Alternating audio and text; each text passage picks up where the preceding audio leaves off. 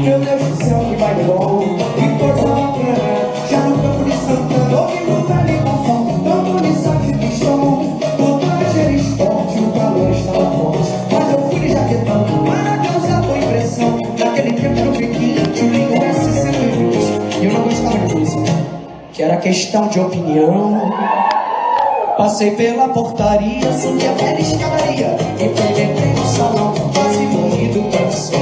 Quando dei de cara, a orquestra Tabajara e o topo lá Jamelão, cantando seu samba canção. Tonaldo e Noréga, Macaxeira, Zé do Mega, nas paletas metais, e tinha muitos outros mais. No clarinete Severino, só chorou de vida dessa esquina não tem mais. E ele era ainda de rapaz.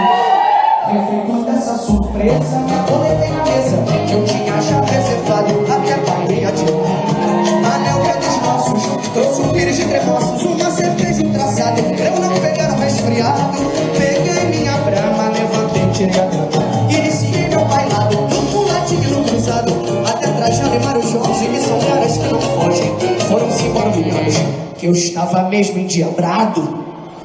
Quando a estrurreja raiava e a Tabajara caprichava nos seus acordes finais para a tristeza dos casais. Peguei a pequena, feito artista de cinema, em cenas sentimentais. A luz de um abajur demais. Num quarto sem fogo, perto do pronto-socorro, uma sirene levou, estado desesperador. Me levantei, abri o rosto, quase morto, bico de gosto. Hoje foi pro som desse amor, que o papo é pop e o hip hop já chegou e dominou. A Tabajara é muito cara e o velho som já passou.